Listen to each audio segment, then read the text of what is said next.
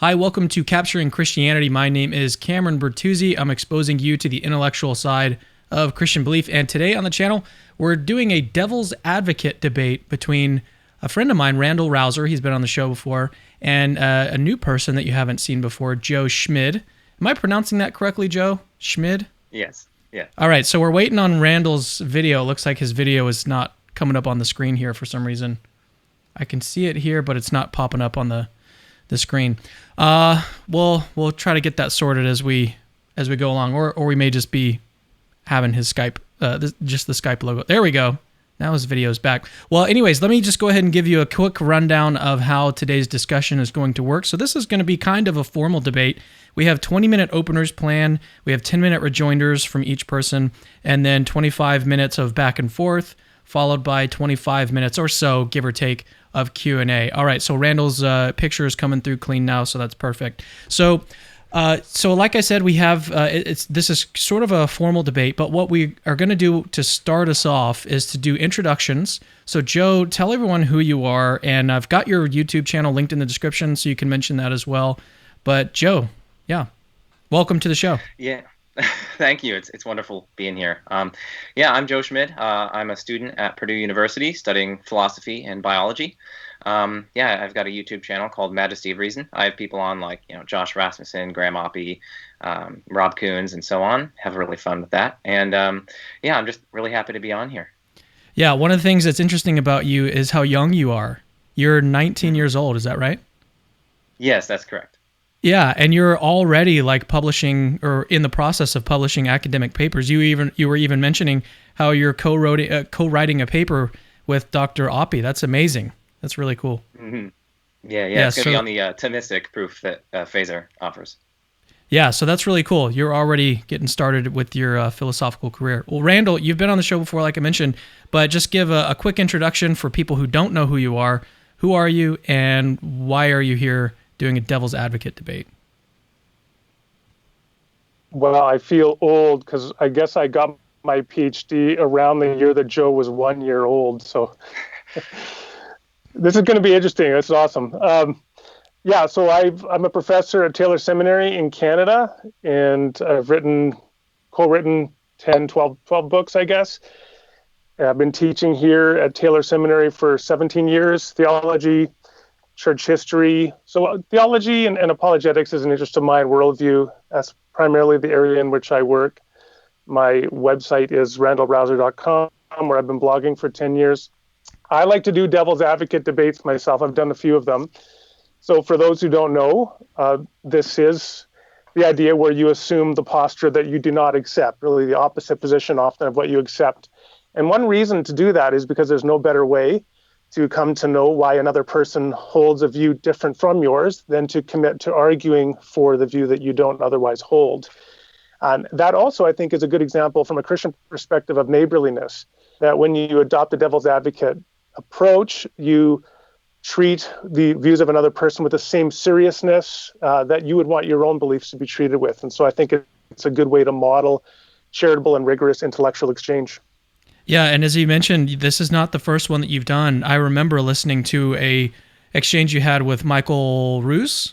Yeah, Dr. Michael Ruse, and on the Unbelievable Show. And I just remember how you did such a good job, and I felt like he did not do very well arguing for the theist position. That was my takeaway. I was like, come on, man, you're a professional philosopher. You've got to do better than that. And then Randal, you had like this argument from evil, and I was like, I don't even know how I would respond to that. And so afterwards, it was fun to hear you kind of like give a little response and give a way out. But it was, I thought you did really well. So I'm really looking forward to this. Joe, do you have any other thoughts on why devil's advocate debates like this are important? I mean, you're a non-theist, right? You don't identify necessarily as an atheist, but you're definitely not a theist.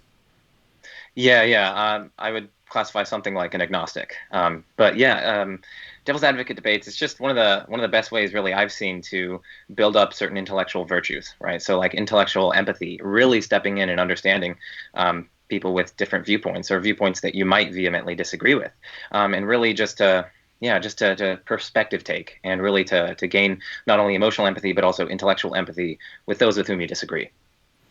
Right. All right. With that, why don't we go ahead and move into the opening statement? So we're going to start with Joe. He's taking the theist position today. As again, he's not a theist, but this is a devil's advocate debate.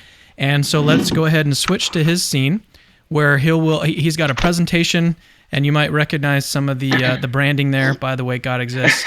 He stole that from me. Just wanted to make that clear.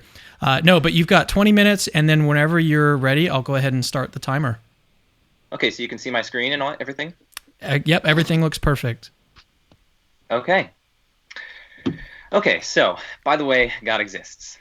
So, by God, I'm going to mean roughly three things. First, God is a metaphysically necessary being. Second, he's a perfect being. That is to say, he's maximally great, unlimited or supreme in value. And third, he is a foundational mind. And by foundational, I just mean the sort of fundamental ground layer of reality. So I'll be defending four arguments for God's existence, from contingency, causal finitism, propositions, and freedom. So before delving into the first argument, we first need to get clear on some principles of explanation. So the first is called the principle of explanation, or PE for short, and it states that for any contingent concrete object or objects, the fact that that object or those objects exist is explained. And so sometimes, of course, I'll say concrete object or contingent object. Other times I'll say contingent thing. I mean roughly the same thing, just like substances, things like people, particles, planets, amoebas, and so on. It's also important to note that by explanation, I mean two distinct conditions in addition to its normal meaning as a sort of mystery remover. So the first condition is that explanation is non-circular. And so this captures the idea that nothing can sort of explain or account for why it itself is in reality at all, right? I mean, in order for it to have any explanatory power in the first place, right, it would already, as it were, have to exist. And so that's sort of just part of what I mean by explanation. And then the second thing that I mean by explanation is that it's fundamentally a relation between concrete things. So concrete things are what have the sort of robust explanatory oomph. They do the metaphysical heavy lifting, as it were, with respect to explanation. So Lincoln's death, for instance, is actually explained by the concrete thing, John Wilkes Booth, and his actually pulling the trigger. And again, these are just part of what I mean by explanation. Now, why should we believe this principle? Well, first, it just seems intuitively true, right? I mean, it just seems intuitively obvious that no contingent thing or things could just pop into existence uncaused, or that no contingent thing, something which genuinely could fail to be, even at any moment, could somehow manage to exist from eternity past without any cause or explanation or ground. Moreover, both the existence and non-existence of a given contingent thing or plurality of contingent things are real, genuine possibilities. And yet only one of those genuine possibilities is actual as opposed to the other. This seems to demand some account or some reason as to why it falls on one side, existence, when reality easily could have been such that it fell on the other side, non-existence. Second of all, I mean, the principle is just abundantly confirmed by our universal experience, right? I mean, like every contingent object or group of such objects we've come across has some sort of explanation, some sort of prior condition which makes it intelligible why they exist. Third, when confronted with this massive uniform inductive support for something, we have to ask what best explains this uniform inductive evidence. I mean, it seems clear that PE best explains this abundant uniform empirical evidence we have of contingent things having explanations. By contrast, if PE were false, right, why on earth would we consistently and repeatedly find that contingent things have explanations and never stumble across any violation of PE? It would seem to be that's not what we would expect if PE were false. The fourth reason is that is one developed by philosophers like Alexander Proust and Rob Koons, and they show that denying the PE is extremely troubling for a variety of epistemological implications. So for purposes of time, I'll just give a sort of very brief and underdeveloped line of reasoning here, but basically, it seems plausible that objective probabilities of the occurrence or existence of something are grounded in the probabilistic causal powers and propensities of things. So for instance, the fact that there's a 50% objective probability of an electron going through the right slit as opposed to the left, obtains in virtue of the indeterministic capacity or propensity of electrons, right? It's just simply part of their nature to consistently manifest such indeterministic tendencies. But if this account of objective probability is right, and it does seem plausible, it would entail that something which utterly lacks any explanation would have no objective probability attached to it, right? Because if it did have such a probability attached to it, well, then its occurrence or existence would be explained in terms of the indeterministic causal power which produced it. But in that case, it wouldn't be inexplicable after all. It would have a prior condition that sort of explains it, even though it's an indeterministic prior condition. And what this means is that if PE is false, then it's not even objectively improbable that, for example, all of our perceptual experiences sprung into being without any cause, explanation, or link to the external world. But that just simply defeats our claims to perceptual knowledge. And then finally, the truth of PE is just the best explanation of why we don't witness like widespread chaos, like bunches of photons, say, popping into existence uncaused on my porch. Now, there's also a related principle called the PPE, or principle of possible explanation, which states that for any contingent concrete objects, the fact that those objects exist is possibly explained. And so, I mean, why should we believe this? Well, you know, in addition to all the pieces of evidence for PE, because the PE would actually entail the principle of possible explanation, there are also some distinctive modal epistemological tools that strongly support PPE. And so, for instance, for any contingent things, it's certainly conceivable, even under close inspection, that they be explained. It's certainly coherent. It doesn't contradict any laws of logic. It's certainly consistent with the known natures of things, and it's certainly consistent with our best scientific accounts of reality. Moreover, it certainly seems intuitively possible for a given group of contingent things to be explained. And, and also what Josh Rasmussen calls like modal uniformity supports it. I mean, absent special defeaters to think otherwise, we have reason to think that contingent things in general possibly have explanations, given that we know that contingent things of our experience also possibly have explanations. Contingency is, as it were, uniform with respect to possibly being explained. And so all of our best modal epistemological tools support PPE. And so here then is my first argument. It says premise 1, there are contingent concrete objects like you and me. Premise 2, for any contingent concrete objects, the fact that those objects exist is possibly explained. That's the PPE. But then premise 3, the only thing that could explain the fact that all the contingent concrete objects exist is a necessary concrete being, right? This just falls out of the meaning of explanation as I used it, right? Explanation is explicitly non-circular, and hence we can't explain all the contingent things that there are by means of one of those very contingent things, right? It's part of the very thing we're trying to account for is in reality in the first place. And hence, the only thing that could explain the fact that all the contingent concrete objects exist is a necessary concrete being. And so from those three premises, we get that it's possible that there's a necessary concrete being. And from the S5 axiom, we get that there is, in fact, a necessary concrete being, that is to say, God. And I'll touch on that inference later on. And so we don't need to get into too much depth here, but suffice it to say that this argument is not susceptible of a symmetry argument, since merely from the fact that contingent things are possibly not explained, we cannot infer the possible non-existence of a necessary being. I mean, it could easily be the case that contingent things are unexplained, but yet a necessary being exists and simply just doesn't explain those contingent things.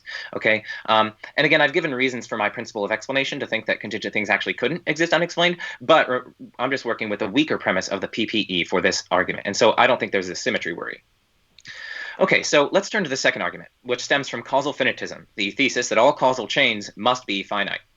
So to start the argument, let's consider a scenario involving an infinite causal chain. Okay, so suppose we have an infinite series of paper passers. These things could be like machines or angels or people or whatever, each of which we're assigning a unique natural number. Okay, so each passer writes its number on the paper just in case no earlier passer does. And so there are actually two variations on such a series, one involving a supertask, which is to say performing infinitely many actions in a finite time, and one involving an infinite past. And I'll just stick with the latter for simplicity. So the paper passers are labeled with all the natural numbers, 1, 2, 3, 4, and so on. Okay, and so we're going to suppose that paper passer number 1 is going to perform his duty in year 1 BC. Paper passer number 2 is going to perform his duty in 2 BC, paper passer 3 in 3 BC, and so on, stretching back into the beginningless past. Now, the question becomes, what is written on the paper after the whole process is done, say in the year 1 AD or today? Well, we know that there has to be some number on the paper, right? I mean, if the paper was passed to paper passer number 1 without any number written on it, paper passer number 1 would write its number on it, as that's its job. And so what follows is that there has to be some number written on the paper, okay? We're going to call that number n. There has to be some number written on the paper. We're going to call that n. But interestingly, we can also prove that n cannot be written on the paper, meaning we have a contradiction. N both is and is not written on the paper. For in order for paper passer number n to write its number on the paper, it would have to have received the blank paper from paper passer number n plus 1 from the year before. But then paper passer number n plus 1 had a blank paper and received a blank paper from paper passer number n plus 2. But in that case, paper passer number n plus 1 would have written his number on the paper, since paper passers, remember, write their number on the paper if and only if no earlier passer does. That's simply how we set up the scenario in the first place. It's a simple and obviously possible job for a paper passer to do. And so paper passer number n plus 1 actually wrote his number on the paper. But that means that paper passer number n didn't, right? Because whenever a paper passer received the paper with a number on it, it simply refrains from writing its number and passes the paper to the next PP. And so what we get from this is that n both is and is not written on the paper, and that is a contradiction. And so here then is the argument. Premise 1, if causal finitism is not true, that is to say, if there genuinely could be infinite causal chains in reality, then surely the paper passer scenario would be possible, right? I mean, there would seem to be no reason that we couldn't construct such a paper passer scenario if infinite causal chains genuinely could obtain in reality. But we just found that the paper passer scenario is impossible for premise 2, and hence what follows is that causal finitism is true. And if causal finitism is true, it follows that there's an uncaused concrete being, right? I mean, if causal finitism is true, right, all causal chains are finite. And so given that there are caused concrete beings, just go to the first member in such a chain, right? There has to be a first because it can't be infinite. And by definition, since it's the first member, it's uncaused. But premise 5, contingent concrete beings are not uncaused. Remember, that's what we looked at within our principle of explanation. By our principle of explanation, there was some prior condition which accounts for or makes it be the case that contingent concrete objects exist. They can't exist unexplained in terms of some outside factor. And that's just what I mean by a cause. And so what follows from all of these is that there's an uncaused, necessary concrete being. That is to say, God. And that's captured in the final 6th premise. So I have actually been quick to identify the necessary being with God, but let's just slow down just a bit and see if it's actually God. So first, it just seems obvious that anything that's physical or material is contingent. And not only does our abundant empirical experience support this, but our best science indicates this as well. For every particle, there's an antiparticle, and they annihilate upon collision. Moreover, we can smash particles together at the Large Hadron Collider and actually cause particles to give way to electromagnetic radiation. I mean, this is a clear substantial change, and hence such particles and such electromagnetic radiation are not necessary beings. And moreover, we also have reason to think that the physical universe as such began to exist. I mean, if it were past infinite, right, if it were beginningless into the past, we would seem to get a violation of causal finitism, since earlier states of reality causally contribute to successive later states, and so on ad infinitum to the past. And of course, in addition to all like the scientific evidence from Big Bang cosmology. And so what we found now is that physical things, right, are contingent. Physical material things are contingent, and hence whatever is necessary, that is to say not contingent, is non-physical and immaterial. Now, immediately, this might make us think that this necessary being has a mind, right? I mean, the only immaterial, causally efficacious things we know of are minds. Like numbers, for instance, don't cause anything. But I won't place all my sticks in this basket, so let's turn to a second reason. And this second reason is that this immaterial, non-physical necessary being is what is explaining the wonderful world of contingent things we find ourselves in. In itself, this is a core tenet of theism, but more importantly, given that the world is intelligible, orderly, regular, consistent, rationally investigable, and contains massive amounts of stunning beauty, we have reason to think that this non-physical necessary being that accounts for such a world is more like a craftsman or an artist than some impersonal, chancy process. The inference can, in fact, be put in Bayesian terms. On the craftsman hypothesis, the type of contingent world we see is expected, or at least not very improbable, but under the negation of the craftsman hypothesis, it's quite unexpected. The third thing is that the necessary being is axiologically supreme. Now, to see this, first recognize that this being has at least some value, right? I mean, it has the power to account for or produce contingent reality, for instance, and that seems to be something that's quite valuable. But then ask yourself, how much value does this being have? Well, I mean, it would seem that any finite cutoff in value would be an arbitrary, unexplained cutoff. Why value to degree d as opposed to degree d plus 1 or d minus 1, right? I mean, all else being equal, a theory of the foundation that doesn't posit such arbitrary, unexplained breaks or limits in degreed properties is more probable than a view which does posit such arbitrary, unexplained cutoffs. Moreover, the hypothesis of unlimited value is simply more intrinsically probable than a cutoff or limit in value. For the hypothesis that there's some cutoff to, say, degree d requires extra specifications about the finite degreed value of the foundation, and that's an extra specification that lowers the intrinsic probability of the hypothesis.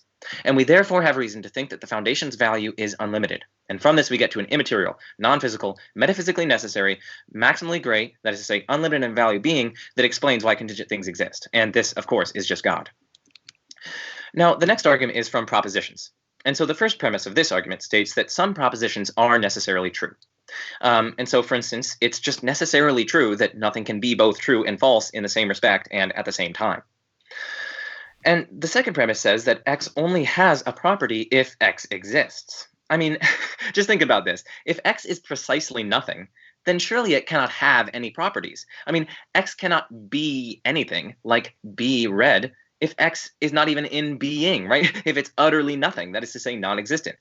And from these two premises, we can actually conclude that some propositions necessarily exist. The inference here is a little bit complicated, but basically it goes like, if X only has a property if X exists, then if it's possible that X fails to exist, then it's possible that X lacks a property. But necessarily true things can't possibly lack properties, right? They necessarily have the property of being true, and necessarily having the property of corresponding with reality. And hence it follows that some such propositions necessarily exist. And so premise 4 states that if some propositions necessarily exist, then theism is probably true.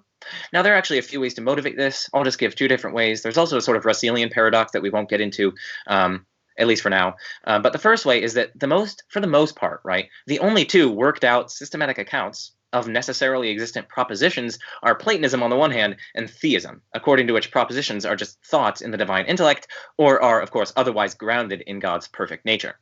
But Platonism is false, and so we have reason to think that theism is true.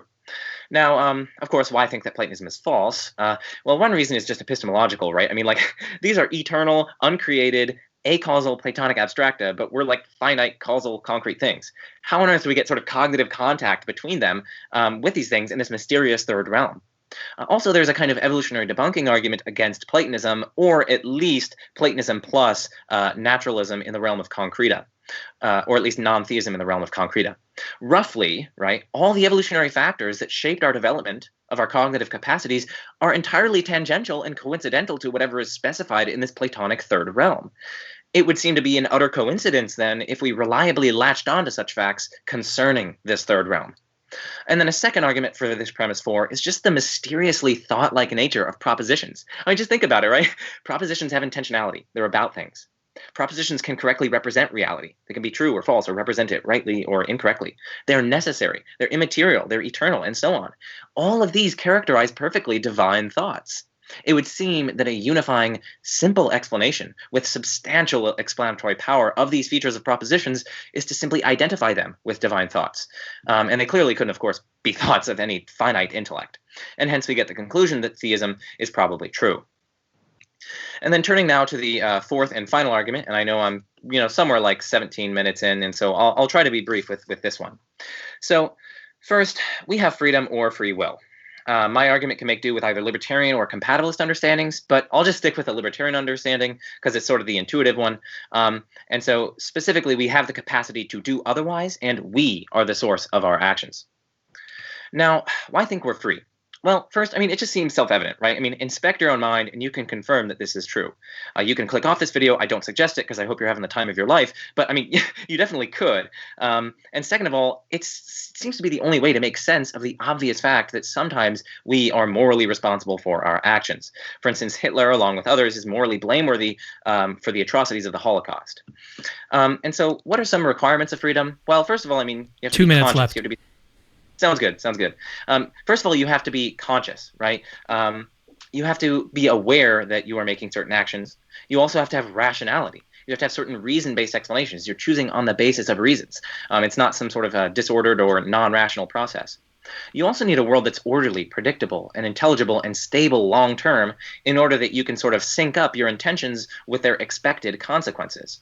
You also need a world, of course, that's life-permitting, right? Humans are lives, so we need a world that's life-permitting, and we also need an irreducible kind of causality. We need some sort of agent causal power, some kind of agent causality that's not just particles bashing into each other in the void. And so these are some requirements of human freedom. But here's the key. Freedom is extremely improbable, or unexpected or surprising, which is an epistemic notion, on naturalism, but nowhere near as improbable on theism. And in fact, we have some reason to expect it on theism given how valuable creatures are. Probability is really ultimately about your fundamental resources or building blocks afforded by your worldview. Under naturalism, the fundamental building blocks of reality are unconscious, unfree bits of physical stuff. A priori, we wouldn't expect such utterly unconscious, utterly unfree physical bits of reality to be able to bridge that categorical gulf or chasm to consciousness and freedom. We would expect unfree things only to produce other unfree things. Now, as an aside, of course, I know that Randal is defending atheism, not naturalism, but by naturalism, I don't mean causal closure. I don't even mean a denial of Platonic abstracta. I only mean the thesis that any concrete thing is either physical or grounded in or explained by the physical. This is sort of Paul Draper's understanding of it. And so I know I've got about 15 seconds left or something like that. So here's a syllogized version of the argument. It makes use of Bayes' theorem, but for time's sake, we don't really need to go into that. And then one final thing before I end. By the way, God exists. Thank you. All right. Well done. Well done. Randal, by the way, I muted your microphone because we could hear your typing, so you'll have to unmute it on your phone. So yeah, that was a great opening. And a lot of people in the comments were basically commenting on how great it was. So nice job, Joe. Thank you. Great. All right. So it looks like Randal's here. And whenever you're ready, Randal, I'll go ahead and start the timer. You've got 20 minutes for your opening statement. Oh, I did want to mention real quick. Okay, just give me a second. Yeah. Whoa. Your audio was blown out. Whoa. All right, here, Joe. So some people in the comments were commenting on how quickly you talk, and there was a really funny comment. I wish I would have written it down, but it was like, it was Ben Shapiro wishes he could talk this fast. That's pretty good. Man. All right, Randal. Whenever you're ready, take it away. And it just takes me a second because I'm balancing my phone on a stack of books since I had to drop my computer. Okay. All right, so we can start. Okay. So my thanks to Joe for inviting me to participate in this Devil's Advocate debate and to Cameron for hosting it. This debate concerns the question of whether God exists. Now, I define God as a necessarily existent personal being who is omniscient, omnipotent, and perfectly good. Thus, when I use the word God in this debate, I'm only referring to that being. And so theism is the position that God as defined exists. Atheism is the position that God does not exist. And I'm trying to argue based upon the evidential threshold of by preponderance of the evidence. It should be emphasized, I'm not arguing any other specific account of absolute reality, such as naturalism is correct, as Joe noted. My only claim and my only evidential burden is to argue that God as defined does not exist. It is important to understand what this means for argument and evidence. To illustrate, imagine that Smith is accused of murder. The prosecutor enters into evidence CCTV footage that depicts a male with straight black hair walking into the victim's apartment on the evening of the murder. It turns out that Smith is a male with black straight hair. While that footage would constitute evidence consistent with Smith's guilt, given that it is also consistent with the description of countless other males, this evidence could only play a part in a cumulative case. It is far too weak on its own to establish anything at all as to the guilt of a specific perpetrator. Similarly, arguments for a first cause or intelligent designer of the universe are consistent with theism, but as defined, they are also consistent with atheism. So while such arguments may favor theism over a specific alternative view like naturalism, those arguments do not provide evidence that counts specifically against atheism. Theists also like to claim that the existence of objective morality supports their case, but my view is consistent with the existence of objective moral values, as in, for example, moral Platonism, which Joe talks about. Indeed, I will assume that objective moral values do exist.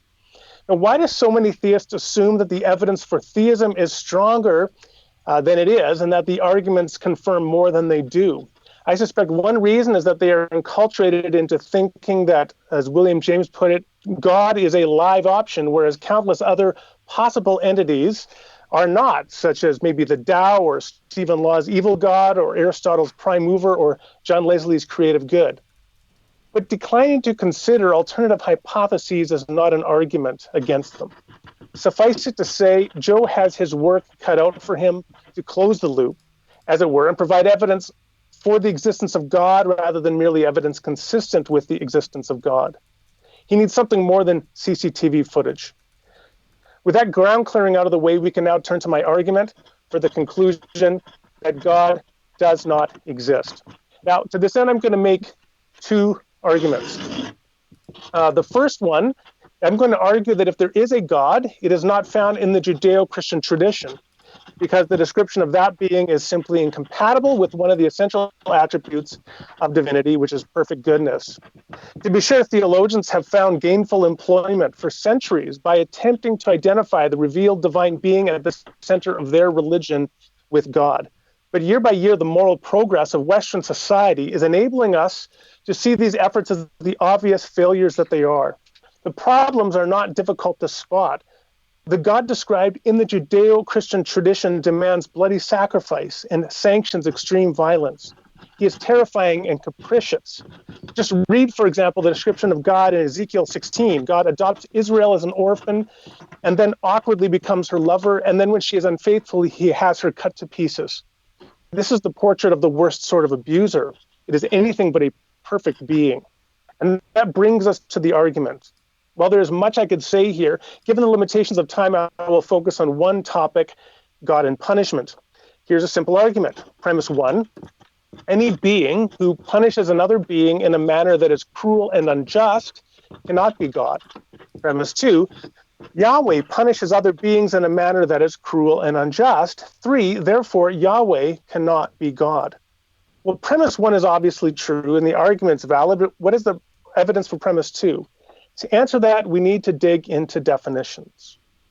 We can identify cruelty and injustice with respect both to the subjects of punishment and the mode of punishment. For an individual to be a proper subject of punishment, that individual must have knowingly committed an offense, be made aware of the offense, and then receive punishment knowing that it is for the offense. But the Judeo-Christian object of worship, Yahweh, punishes creatures that are not proper subjects of punishment, often while they lack even the ability to know they are being punished. For example, he punishes infants and animals for the sins of humanity by drowning them in a flood, Genesis 6. He commands infants and animals to be massacred along with the entire populations of Canaan, Deuteronomy 20. By any definition, that is cruel and unusual. As to mode, a just punishment must be proportional to the offense. Needless to say, when it comes to infants and animals, there was no offense to begin with, and thus no warrant to drown or massacre them. Their punishment is disproportionate by definition.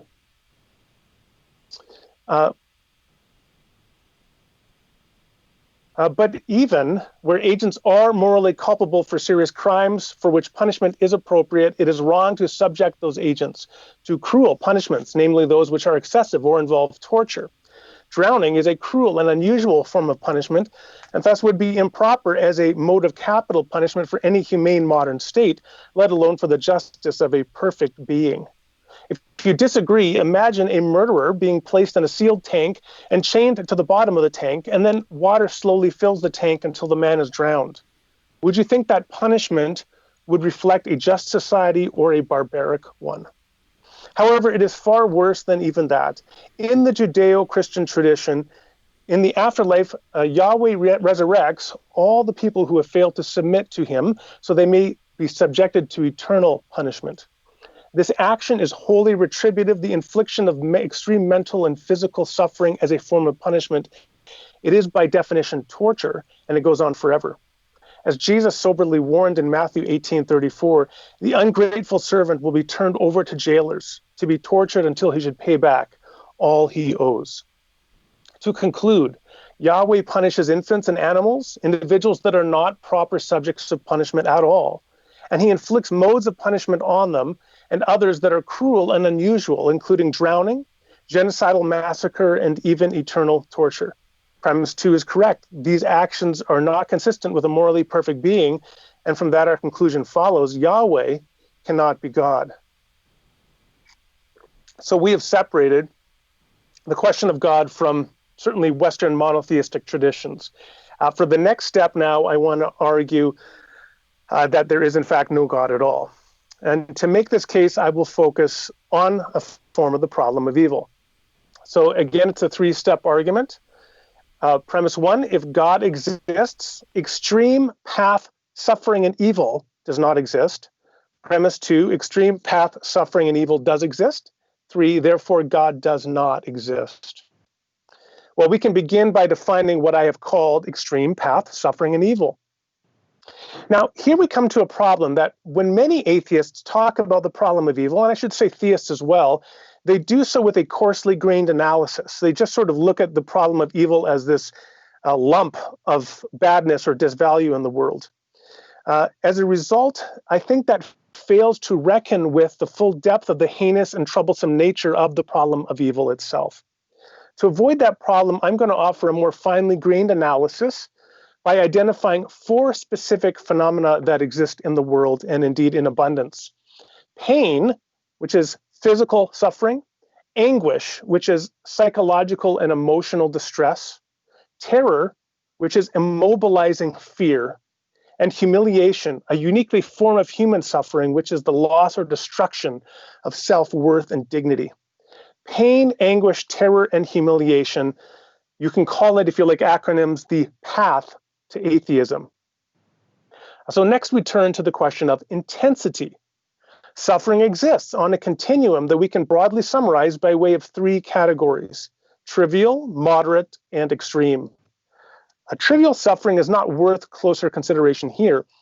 Moderate suffering, however, includes such things as the pain of an intense migraine headache, the anguish of seasonal depression, the fear of an abusive ex-boyfriend, or the humiliation of having one's marriage proposal rejected. Such occasions of suffering can be great, and in the moment we might feel ourselves to be devastated by them. But we can also imagine ourselves or others recovering from and perhaps even triumphing over this kind of suffering. If your marriage proposal was rejected, you could still listen to Garth Brooks, thinking about thanking God for unanswered prayers. And it is within that space that there is a reasonable belief that God might have some reason for allowing this suffering. But not all suffering exists in the trivial to moderate range. As we move to the outer edge of human misery, we eventually come to a range of evil and suffering that Marilyn McCord Adams calls horrendous evils. J.L. Schellenberg calls them horrors. I will simply call them extreme. Extreme suffering and evil involves events or states of affairs that include the most intense examples of pain, anguish, terror, and or humiliation that can be endured by conscious agents. These are soul-destroying phenomena in which the negative psychological, emotional, spiritual, and social fallout devastates and absolutely overwhelms any positive sequelae. Subjects of extreme evil are ripped apart by their experiences. These events are existential rifts in the moral universe. One does not triumph over evils of this sort. At most, one can hope to survive them with some semblance of one's humanity intact. The path suffering that some people endure is so horrific that I hesitate to share an example. But alas, the subject requires it. And so here is one account of unspeakable path, suffering, and evil endured by a prisoner and his family, as recounted in Rachel Cooper's book, Psychiatry and Philosophy of Science. This man recalls, "I was given another choice. I rape my daughter, or the guard does. I tried to reason with them, telling them that she was an innocent child. They laughed and repeated the 2 choices. I looked at my daughter, hoping that she would tell me what to do. Our eyes met, and I knew I could not save her from these wretched men. I lowered my eyes in shame to keep from seeing my daughter abused. One guard held my face up, forcing me to watch this horrible scene. I watched motionless as she was raped before me and her little brother. When they were through, they forced me to do what they had done to her. My own daughter, my son forced to watch it all. How could anyone do that? What kind of men are they? What kind of father am I?" This awful, shocking account has all forms of suffering that I've discussed: extreme pain, anguish, terror, and humiliation. The single experience of each one is wholly destructive of the character of an individual. The combination of all is an affront to any moral good in the universe. Once again, the argument. 1, if God exists, extreme path, suffering, and evil does not exist. 2, Extreme path suffering and evil does exist, therefore God does not exist. In this case, premise 2 is undeniable. This evil is all too real. But what about premise 1? Well, I ask you, which is more likely than not? Do you think it is more likely that God, a morally perfect being, would allow extreme path evil and suffering like this? Or do you think it is more likely that an all-powerful, all-knowing, all-loving being would prevent suffering this horrendous? As you contemplate the theist's position, I ask you to allow the raw emotion to inform your weighing of the options. You may feel an outrage rising up at any being who would allow this, a moral incredulity, a desire to call that being to account. My word to you is allow those emotions to speak. You have every reason to believe they are reliably tracking with moral perceptual faculties, and they are telling you that any being that would allow this kind of evil is no God at all. In short, your outrage at the being who would allow such evils is an indictment of that being. Extreme path evils plunge a dagger into the heart of theism. Of course, the theist has a familiar defense. Greater goods, some free will perhaps, and mystery. Well, first, insist that God must have greater goods to allow a man to be forced to rape his own daughter. Goods that could not be achieved other than through a horror like this, or perhaps something even worse. Think about that. The theist claims that the only way an omnipotent God, an omniscient God, a morally perfect God, could bring about outweighing goods and avoid greater evils is by allowing an event like this, in which a man is forced to rape his own daughter. Could there be a more grossly implausible and ad hoc and frankly offensive claim than this? Some theists suggest the greater good is the unimpeded free will of the perpetrators. If God always had to intervene, the world would be impoverished, that people would be hobbled in their moral development. And so God steps back for the greater good of allowing these free creatures to act on their unimpeded, debased desires. God has a no-intervention policy as they inflict the most egregious atrocities on one another. This, too, is absurd. This brings me to the second or third response. Play the mystery card. When asked to explain what might justify God in remaining inactive while men force a father to rape his own daughter, some apologists turn things over to the skeptical theist, who gently intones that we shouldn't expect to know what God's reasons are, since as God declares in Isaiah 55:9, my ways are higher than your ways. In other words, God has reasons for allowing a father to be forced to rape his own daughter, even if we cannot conceive what they are. Really? I am reminded here of Christian philosopher J. Budziszewski, who describes his own period as a moral nihilist as follows.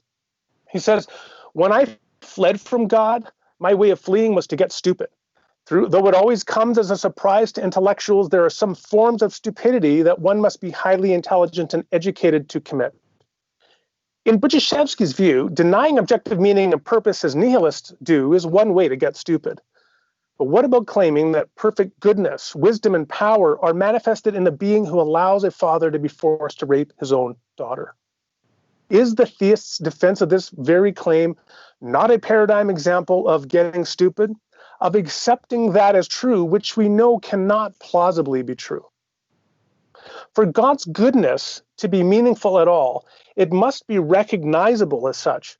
If we cannot recognize God's goodness as existing within the same moral universe, the same spectrum of reasonable options as ours, then we might as well give up talking about God as being good at all.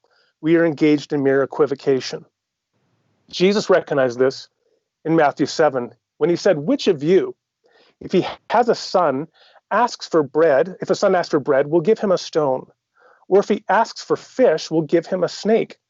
So it is for you who are, if you who are evil know how to give good gifts to your children, how much more will your heavenly Father give good gifts to those who ask him? God's goodness is on the same moral continuum as human goodness. Otherwise, even to speak of it would indeed be mere equivocation. While there is nothing good about allowing wicked people to force a man to rape his own daughter, and no perfect God would allow an extreme path evil, suffering like this? 2-minute warning. Awesome. I got time for a deep breath and a sip of coffee. Now, think about it like this. If you left your house to the care of a woman who claimed to be the perfect housekeeper, and you returned to find a large single stain on the carpet that you could not remove, you would have evidence that she was not, after all, the perfect housekeeper. A single instance of extreme path suffering is the equivalent of a terrible stain on the carpet. But our universe includes not merely one such stain. From the smokestacks of Auschwitz, to the blood-red soil of Rwanda, to the horror of one precious child being forced by her father who's forced to rape her. Our world includes countless numbers of such stains. The carpet of our universe is saturated with stain upon stain. The walls are splattered with them. The ceiling is sprayed with their impact spatter. Yet Joe wants us to believe the housekeeper of this household is indeed perfect. Extreme path suffering and evil does exist, and not just as one singularity like I've discussed, but rather in heartbreaking, soul-destroying abundance. And since it does exist, we can conclude with confidence that God does not. All right, so Joe, I muted your microphone. I'll go ahead and pause the timer here, and I'm going to set it for 10 minutes. 10 minutes is the next portion. We're going to do rejoinders. So Joe's going to have his 10-minute rejoinder to what Randal had just said in his opening statement. And Joe, if you've go ahead and unmute your microphone, and whenever you're ready, I'll go ahead and start the timer. So you got to unmute your microphone on Skype. There we go. Yeah, the reason I muted it is because I could hear you writing or typing. It looks like it's still muted. I don't think I can do it. Yeah, I can't do it. There we go. It looks like there we should go. Be okay now. Can you hear me? Yep. Okay, sweet. So thank you so much, Randal, for your opening statement. I appreciate it. Now, just for the audience, we didn't actually know what each other were going to argue in advance, so these are sort of off the cuff, on the fly. We didn't prepare we didn't prepare these in advance. So I'm going at it bare-fisted. So here we go. So the first argument that Randal gave was basically looking at an argument against monotheistic traditions. And so he gave the argument that states premise one, a being which punishes in a cruel, I'm just approximating here, but a being that punishes in an unjust and cruel manner cannot be Yahweh, or cannot be truly perfect, but Yahweh is such that he punishes in a cruel and unjust manner, and hence Yahweh is not the perfect God of the sort of philosophical theism that I've been arguing for. Now, the first thing to note in response to this is just that I have not been defending any particular monotheistic tradition, and hence it's perfectly compatible with the position that I've been setting out to defend to grant this argument and to grant its force. So really, I've just been defending a sort of philosophical perfect being theism, and hence this does not target anything that I have said. And so the first thing I would say in response is just that we could still just adopt a philosophical theism. The second thing that I would want to say is that it's not actually clear that all these things attributed to the God of Yahweh are in fact things that Yahweh did and performed in the Old Testament. A variety of Christian and other philosophers have written on this, and they've really delved deep into the exegetical and interpretive issues. And a lot of times they found that these things aren't actually to be taken literalistically as genuine commands for genocide, as genuine torturous and horrendously evil punishments inflicted on the Israelites and neighboring towns and so on. And so the onus of justification is on Randal to show that these are actually literalistic interpretations that we ought to adopt given the biblical data. The third thing that I want to say is the principle of double effect. And so we can actually see that if God or if Yahweh were such as to intentionally punish these things, these subjects that shouldn't be punished in this way, like infants and animals and so on, then yeah, that would probably be incompatible with perfect being theism. But we have to distinguish between foreseen consequences of punishment versus intended consequences of the punishment. And so while it might be a foreseen consequence of the punishment that certain animals and so on might drown, it doesn't follow that that's actually an intended consequence that God strictly intends and desires to happen and to inflict on them as punishment for what human beings did. And so I would distinguish the foreseen from what's intended. And that's sort of going into the doctrine of double effect that was Aquinas and other thinkers have developed. The second argument that he gave was a version of the problem of evil, basically a horrendous or evils argument, which states roughly that if God exists, then extreme path suffering, and of course he meant pain, anguish, terror, and humiliation, extreme path suffering and evil do not exist. But of course they do, and hence God does not exist. And his defense of one is a sort of, it's more reasonable than not. He was sort of making it be the case that it was sort of plausible, that we should accept that over the God's like truly allowing these extreme path suffering and evils to obtain. Okay, and so the first thing that I want to say in response is that I agree with premise 2, and hence I could only challenge premise 1. And so what are some things that we actually might say against premise 1? Well, I have a variety of responses, and it's not at all clear to me, in fact, that if God does in fact exist, then there would be absolutely no extreme path, evil, and suffering. So the first thing is just, I know Randal alluded to it, but it's a sort of soul-building or soul-making theodicy. And so oftentimes, even extreme path suffering is integral to the formation of our virtues, which is one of our highest goods. There's also, of course, the problem of soul destruction. But in response to that, I would probably level something like an afterlife in which, our lives here are just a small, tiny blip in probably an infinite afterlife where we'll have so much time to integrate these experiences, even these path experiences, into the fabric of our very being and to grow from them. And to sort of rule out a priori that this couldn't be the case, it seems to me just to beg the question. It actually seems to me to be a probable concomitant with perfect being theism, that precisely because these things seem soul-destroying in our world, if there weren't an afterlife, then that would be incompatible with God's existence. Hence, we should actually conclude as an entailment, as a strict entailment, not as an auxiliary hypothesis or not as some sort of improbable addition to save or ad hoc addition to save my hypothesis, but rather it's a strict entailment that there is this afterlife in which these experiences are integrated and built into their very fabric and their very character and make them who they are, grow in their relationship with God and with others in this afterlife. And so I don't see this as any implausible or ad hoc or any sort of thing like that. And of course, there's the distinction between compensation and justification, but I'll table that if he wants to bring that up in some of his rejoinders. The second thing that I want to note is sort of Josh Rasmussen's The Great Story Theodicy. So there's a sort of narrative structure to reality, and what makes for really good stories is a sort of indeterminism or a sort of indeterminism, unexpectability. You'd expect there to be surprises. You'd expect there to be upsides and downsides and so on. Some of those downsides, even in think about the best films, the best books, they have some horrendous path, suffering, and evil.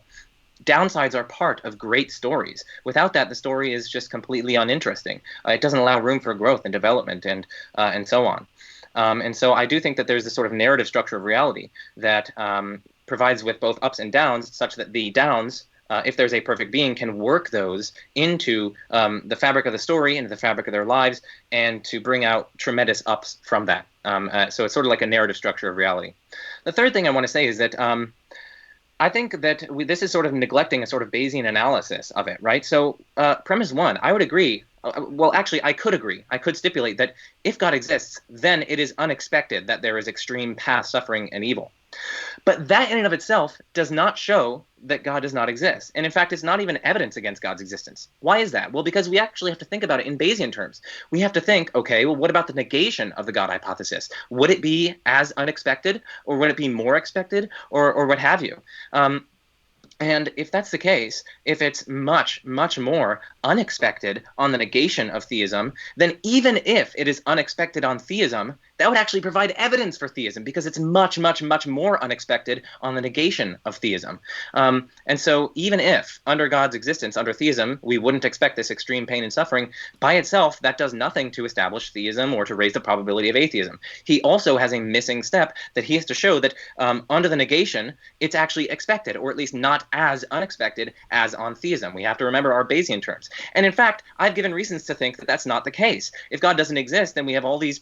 I mean, how on earth could there be such stable complexity for, even bad stuff to happen, and even, us to grow from these evils? How could there be these conscious, free, rational agents? How could there be a contingent reality at all? I've given reasons in my opening statement, of course, which he hasn't had a chance to respond to yet. But it's not at all clear that the negation of theism actually makes these things more expected than on theism. In fact, it seems the opposite. And in fact, this might actually be turned thereby into an argument for theism. Because yes, while it might be unexpected on theism, it's much, much more unexpected on the negation of theism. The next thing I want to say is a sort of level-headed skeptical theism against this. I know he touched on skeptical theism, but basically our inability to think of a morally justifying reason for such horrendous evils that he's mentioned really doesn't actually make it probable. Sounds good. Our inability to think of these morally justifying reasons for evil, that doesn't make it probable that there is no such reason. And this is because of two fundamental skeptical theses. So the first one is that we should be in doubt about whether the goods we know of constitute a representative sample of all the goods that there in fact are. And then the second skeptical thesis is that we should be in doubt about whether each good that we know of is such that the necessary conditions of its realization that we know of are all the necessary conditions that there are in fact there. And so really what's the heart of this inference is really that if we have found no x in our sample S, and we have reason to doubt that S is representative in respect to x, then our not finding x in S is not good evidence for there being no x at all. The scope of skeptical theism, then, as I'm employing it, undermines the sort of inference from, well, I mean, if God exists, then this extreme path and suffering wouldn't or couldn't exist. Because it seems to me that this is fundamentally relying on one of these no-seem inferences, right? He gave these telling examples, and then he's asking, well, what could possibly justify a being allowing this to occur? Well, this is a no-seem inference, merely from the fact that we don't see such a justifying reason or such, it doesn't follow that. First of all, that there is, in fact, no such reason. It doesn't even follow that there probably is, in fact, no such reason because of these skeptical theses, which I think are highly plausible given theism. And so the last thing that I want to say in response is just a sort of balance of evidence overall. So even if I granted that this was a successful argument against theism, I've also offered 4 independent arguments for theism, and I think that they sufficiently outweigh this argument so as to make it be the case that the evidence overall significantly favors theism as opposed to its negation. Thank you. All right. With 3 seconds to spare, that was excellent. All right, so Randall, don't forget to unmute your microphone. It looks like you muted it, just to make sure that no sounds were coming through. So just as a reminder, and I've been posting this in the live chat, this is a devil's advocate debate. So Joe is actually a non-theist, but he is defending today the theist position. And Randall is actually a Christian theist, and he is defending atheism or non-theism today. So we're at the point in this debate where Randall is about to give his rejoinder to not only Joe's opening statement, but also kind of what he just said. So that's it's going to be interesting, Randall. Whenever you're ready, I'll start the timer. All right, I can start. Okay, so this is a lot of fun. My brain is already hurting, and we're just about halfway through. So in terms of the contingency argument, I thought Joe articulated that very well. My problem comes at his conclusion. He says, so a necessary concrete being, and then he says, i.e. God exists. So i.e. it est means that is, God. And the problem there is that I don't think that argument establishes that it is God that exists. Because remember, we're talking about a perfect being, a being that has moral perfection, among other things. So at most, that would be e.g. or exempli gratia. Like, for example, God exists, or some being like God exists, but it may not be God. And yet, as an atheist in this debate, relative to a specific restricted definition of God, I'm only arguing for the non-existence of that being. So it could be that there is a necessary cause for all the contingent things, and I would be fine with that. It would not follow that it was God with respect to the definition of certainly moral perfection that we're debating. Now, in terms of causal finitism, I think we have a similar issue there. I thought, again, Joe articulated that argument very well. But his conclusion, so there's an uncaused necessary concrete being, he says, i.e. God. Again, I think that shows at most that there would be a line of argument consistent with the existence of God as defined, but also consistent with the non-existence of God, which is one of the reasons I wanted to articulate at the beginning the distinction that I made between CCTV footage that establishes a man with black hair walked into the apartment. That is consistent with the culpability or guilt of the defendant, but it's also consistent with the culpability of many other individuals who have black hair and appear to be male within the population. And so those first two arguments get tripped up on that point. How do you bring it home to show the non-existence of God as defined? Okay, then Joe has this interesting comment. He says, "But God, is it you?" And he, in one point, he talks about this being axiologically supreme. He makes an interesting argument there about positing any finite level of moral goodness relative to badness would be arbitrary, and so it makes more sense. It's simpler just to posit a sort of a maximally, infinitely great being, rather than one that's only pretty good or less than perfect. All things being equal, perhaps, but of course, I've given very strong arguments and evidence by looking at the path, evil, and suffering in the world, that kind of being does not exist. So it isn't arbitrary to posit that whatever moral perfection, if there is an agent out there that brought the universe into existence, whatever moral status he would have would be certainly far less than perfect. And then in terms of talking about propositions, Joe had some jabs against Platonism. I've made the point that I would be okay with Platonism. Joe raised the issue of epistemology. Well, how would you have knowledge of these kinds of entities? Well, I mean, I think that there's all sorts of questions when it comes to epistemology. For example, yes, there's a question of rational intuition for all persons. So how do we rationally intuit the existence of Platonic objects, sort of abstract objects? I guess Joe would maybe say that God furnishes us with the rational intuitive faculties in order to grasp propositions and other abstract objects. I would be okay with any range of possibilities. Perhaps natural evolutionary processes equip them with us because creatures that developed these cognitive faculties were better adapted for survival than creatures that did not have them. Or perhaps there is a finite being, maybe a necessary cause that's not perfect that gave these cognitive faculties to us. Perhaps the Platonist is not the abstract Platonism that's more common today in the modern world of causally effete or inert objects, but rather maybe it is some kind of unique object that can act upon the cognitive faculties of the agent. And so in that way, perhaps we come into contact with these rational entities, necessarily existent entities, and come to have knowledge of them. Okay, so suffice it to say, I don't have anything to say per se on the question of freedom, so I'll just leave that one off. But I'd love to say that I'm underwhelmed. I think that at the most what Joe has done is he's provided some evidence for a philosophical concept of some necessary agent out there, but to bring it home and actually show that this is a morally perfect being, he has not done that.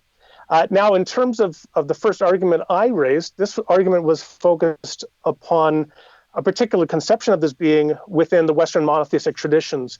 I wanted to do this recognizing that Joe might just want to keep it abstract and philosophical, because ultimately one of the reasons that this question is of such interest to people is because there's a question, well, is this entity of any religious interest to us?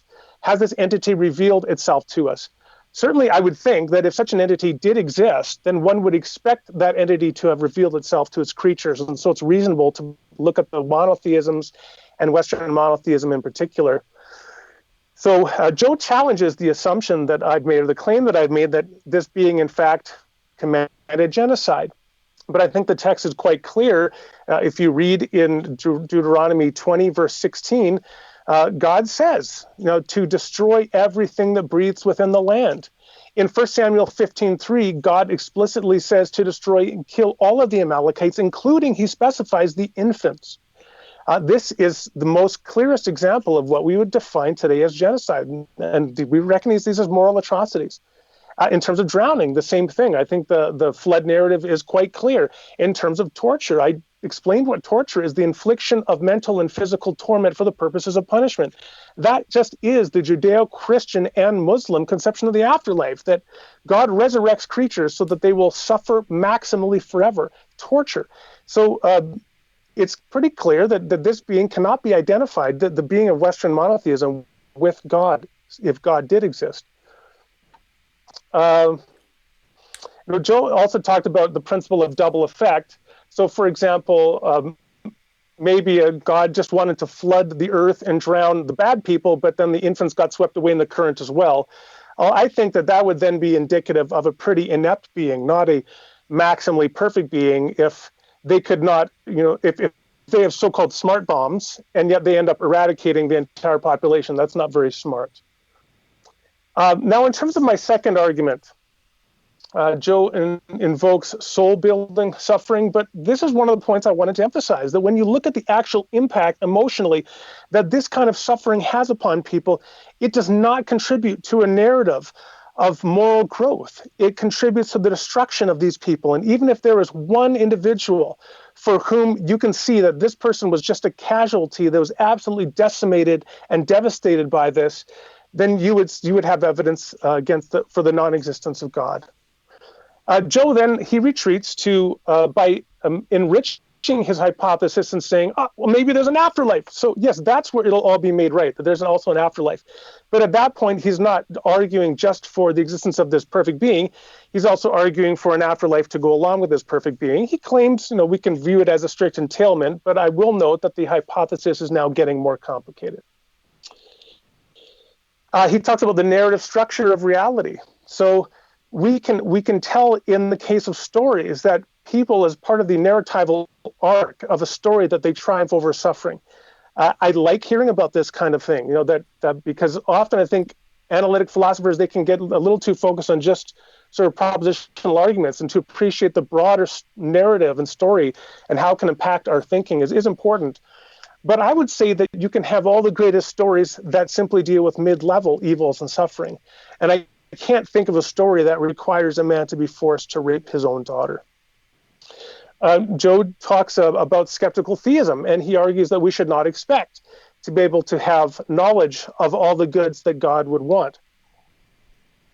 I would charge that Joe is at this point falling into the danger of moral skepticism.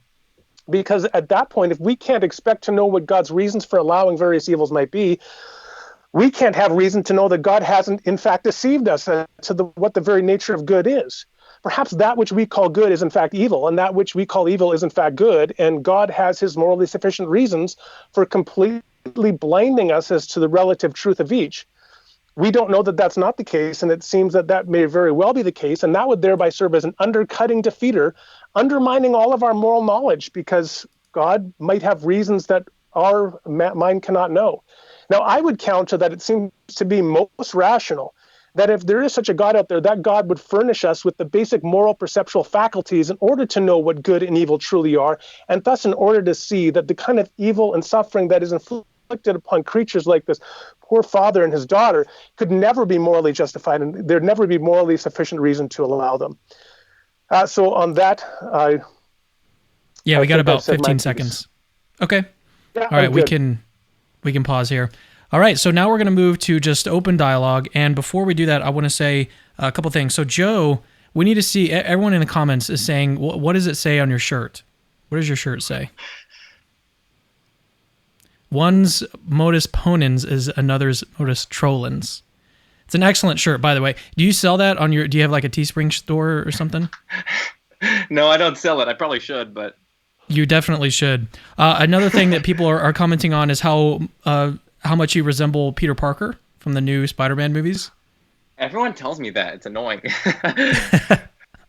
And then the last thing I want to say... How good are you at like doing handstands and stuff? Not good.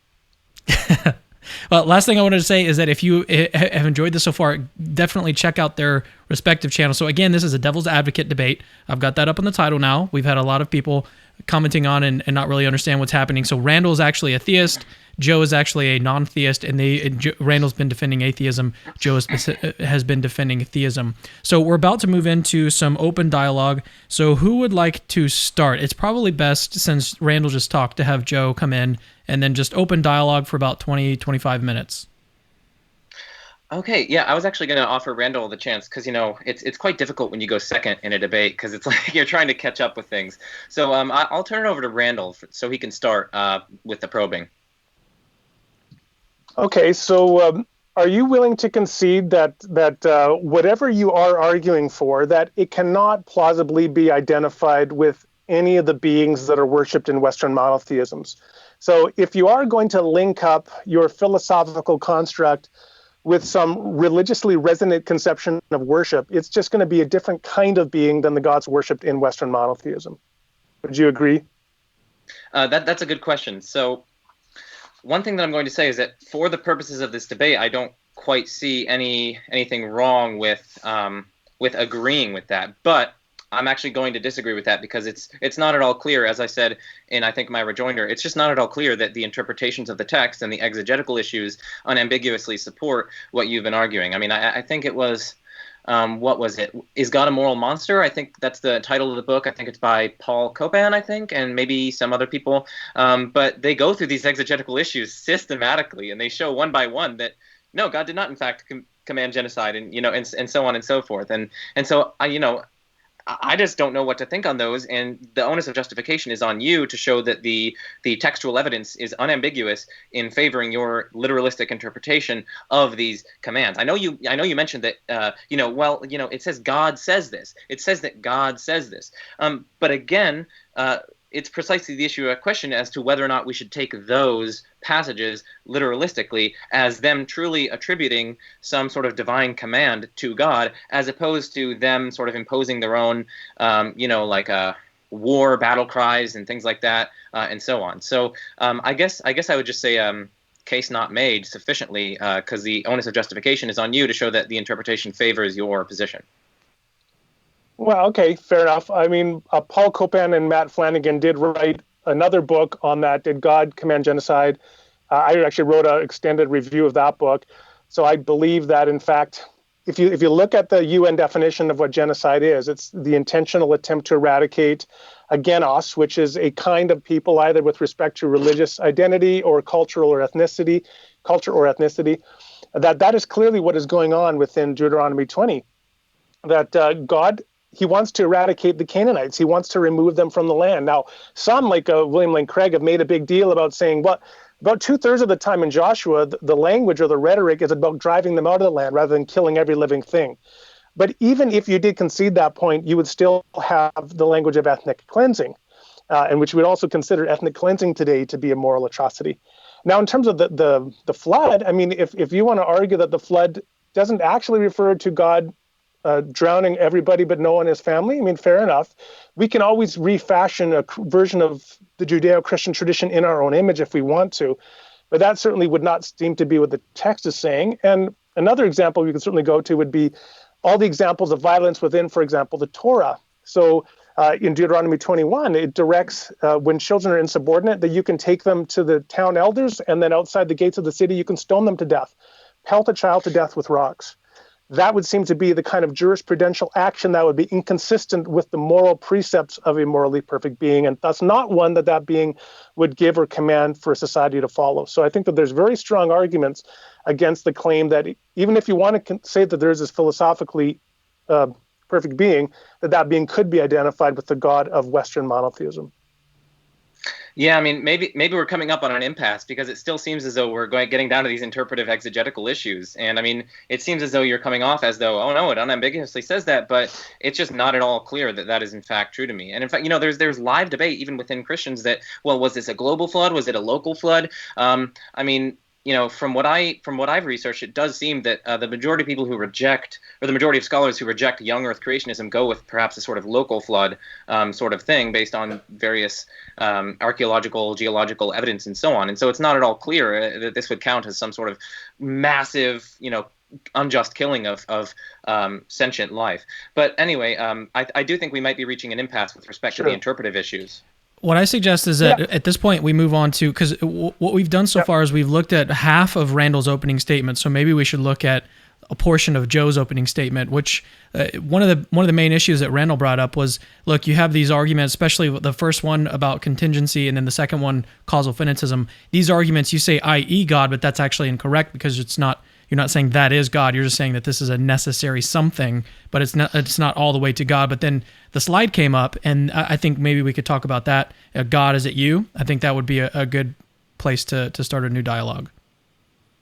Mm-hmm. So Randal, go ahead. I want to give Randal a chance to kind of repeat what his gripe was with that slide, and then get Joe's response. Yeah, so I don't know that I got everything on this slide, but so you said that only causally efficacious things are minds. So arguing that this thing would be a mind, that there's evidence that it's an artist, and then we should think of it as having axiological supremacy. And that was the point at which I specifically sought to rebut it, arguing, well, but you need to think about the moral perfection of that being, or the moral qualities of that being relative to the existence of evil in the world. So that's where I kind of left it. If you want to just pick it up there and go. Yeah, no, that's good. So I'd actually like to start with the non-physical immaterial one. So would you agree that my argument would at least show that it's a non-physical, immaterial, metaphysically necessary being? Would you agree with that part? Yeah, I think I'm okay with agreeing with that, because again, that is consistent with everything I've argued. So. Mm-hmm. Yeah. Okay.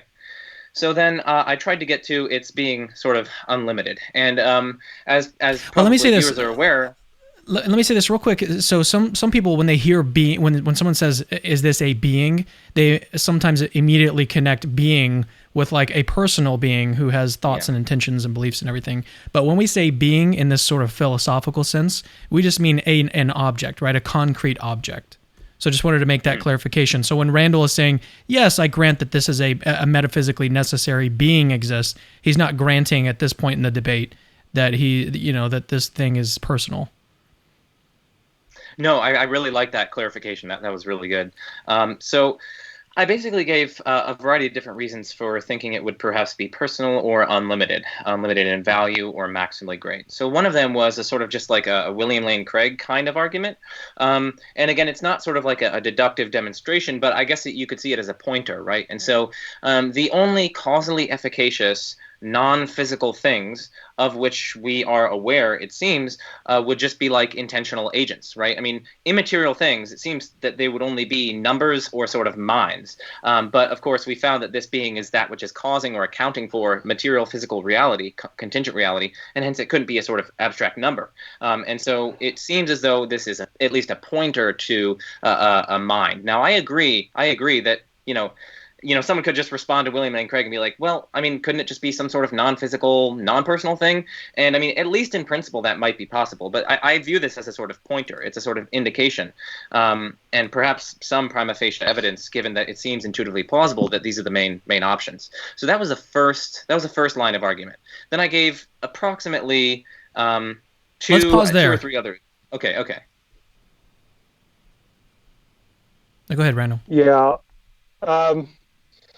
I mean, the one thing I would worry about is that we talk about mind, and we really have to be careful about equivocation at some point. So when we talk about mind, we think about embodied mind. So I'm just going to play a little bit of a devil's advocate on my devil's advocate role here, because I have. But so what would you say if a person says, yeah, but the only kind of minds we know of are embodied minds? So it's altogether something different to posit a non-embodied mind. Maybe that's something completely different. We only have evidence of minds that are based in the material. I haven't committed to any form of naturalism, admittedly, but I'd just be interested to hear your thoughts on that. No, I do think that's a good point. I mean, what I'd say is that we already sort of have arrived at that it can't be embodied, right, because it's necessary. And so we really have to look at the evidence that we have and what we've deduced about the being. And then it just seems that even if the minds that we know of are such that, they're sort of attached, as it were, to these physical bodies, I don't know, it seems as though it's precisely because these are like what we're familiar with in the contingent, concrete, physical realm. I don't see why this would provide at least anything more than slight inductive evidence for the fact that all minds are embodied. And so, let me just put it somewhat differently. Like if somebody said, "How do we know that that thing that we would now be talking about is a mind at all?" Given that when we talk about minds, what we're talking about is something that is attached to a brain and a body, and is manipulating and thinking through that brain in that body. So, why would that even be a mind? Why wouldn't it just be some kind of other unique kind of metaphysical entity? Yeah, well, it would probably go down to whether or not we're physicalists, right? I mean, everyone in the philosophy of mind grants that we are embodied in some sense, right? That there's a sort of connection between our minds and our brains and our physical bodies. But if we're not physicalists, if we're non-physicalists with respect to the mind, then I don't see any problem in principle with this intuitive, I guess I should say intuitive-based William Lane Craig style argument. And so I think that would actually ultimately go down to our philosophy of mind. And I mean, if you want to defend non-physicalism, or if you want to defend physicalism, and I mean, we could go down that rabbit hole, but well, yeah, let's go to the axiological supremacy one. So again, I argued, well, that might be simpler, all things being equal, but if you look out at the carpet is saturated with all of these stains, these path evils, extreme path evils, and the ceiling is spattered with them, then that's very strong evidence that we shouldn't, that whatever you're going to think of in terms of the moral status of this entity, that is not supreme. Yeah, so I would probably go back. Well, it seems as though we actually agree that at least intrinsically, it's I don't want to say much more probable, but it's intrinsically more probable that it is this unlimited, supreme axiological foundation. It seems as though, at least all things considered, we both agree on that point, which would at least be a significant just point of agreement. Would you agree with that point at least? Well, how about saying no? It's either it's absolute or infinite, or it's not. It would be admittedly more complicated to specify some level of its imperfection, but if you simply said no, it's no more complicated to say it's not morally perfect than to say it is. It would only be a problem if you specified some degree of moral development apart from perfection that the problem would arise. No, that is exactly correct. But once you do that, right, now you're going to be disadvantaging the hypothesis in question when it comes to explanatory power, because it's much, much, much more difficult to make predictions based on this hypothesis if it's this infinite disjunction of, well, it could have this value or that value or that value or value, just anything but not supreme. So it's going to be very difficult to actually make predictions as to what we would expect what we would expect under this hypothesis, and then it seems as though that seems to collapse your argument from the problem of evil, right? I mean, like, now it's very difficult to even say what we would expect if there is no such God. Like, what probability would we attach to there being these extreme paths, suffering and evil, right? I mean, go back to that sort of Bayesian analysis that I performed. Your hypothesis is going to have to be the negation, but without that sort of intrinsic specification, it seems as though you're losing out on explanatory power. Joe, I actually need you to slow down and repeat everything you just said, because that was just okay. Do it one more time. I want to see a transcript of this whole thing afterwards. Try again. No, I'll try. This is what I do. This is what I do on my YouTube channel. I need to try to simplify it. Okay, let's see. So his objection was, we're trying to look at the intrinsic probability of the various hypotheses on the table, right? And so I was arguing that if you're going to posit some specific limit or some like arbitrary or unexplained or whatever cutoff in value, that's going to be less intrinsically probable than if it had just sort of unlimited value. And this is something that Josh Rasmussen's talked about in his work and so on. And so it seems as though we agree at least with that. But then what he said in response is, no, we don't need to add a specific specification as to the limit, the decreed value. We just need to say that it's not supreme. Yeah. It's not supreme, and those two are perfectly symmetrical with respect to intrinsic probability. They're both equal, approximately, or something like that. I mean, maybe. Anyway, let's not get into probability theory. So once we do that, though, then his hypothesis becomes, well, it could be this degree, but it also could be this degree, but it also could be this degree, but it also could be this degree, but it also could be this degree, just anything but this perfect one. But once we do that, it's sort of this disjunction of countless, like infinitely many different hypotheses about what value it could have. And then now it seems as though we're sort of collapsing the explanatory power that this hypothesis has, because we no longer have a sort of definite it's just a sort of indefinite hypothesis. It's not really specific enough so as to generate expectations based on that hypothesis, which by contrast we would have if we went to the max and we just said it's an unlimited perfect being. And this is relevant to his argument from evil, because his argument from evil, as I showed with my Bayesian objection, that it actually doesn't support his position. What he would also have to add in there as a premise is that if God does not exist, then it is not as unexpected that there would be such extreme path suffering. But now it's very difficult to see how he's going to be able to pull that off, given that he has this sort of indeterminate, unspecified disjunction of theories. So that's the main response. Hopefully that was that was slowing it down better. Yeah, I think it just required you to just slow down your speech a little bit. But it was so what are your thoughts on that, Randall? It's like if you adopt this theory of like, all of these disjunctive, limits or whatever, could be this, could be that, could be this, then you've basically eliminated your ability to explain anything, because anything and nothing almost is entailed by your theory. So how do you respond to that, atheist Randall? I'm simply saying that whatever the being is, it's not infinite. So if I can, I don't think I have to be saying more than that. If I want to give you a courtroom analogy, so let's say that the shooter shot somebody, and then he ran out of the building, and just after he ran out of the building, then the person walks in and they see a light bulb that was suspended from the ceiling. It's swinging by the front door. So it's pretty clear that person hit the light bulb as they were running out.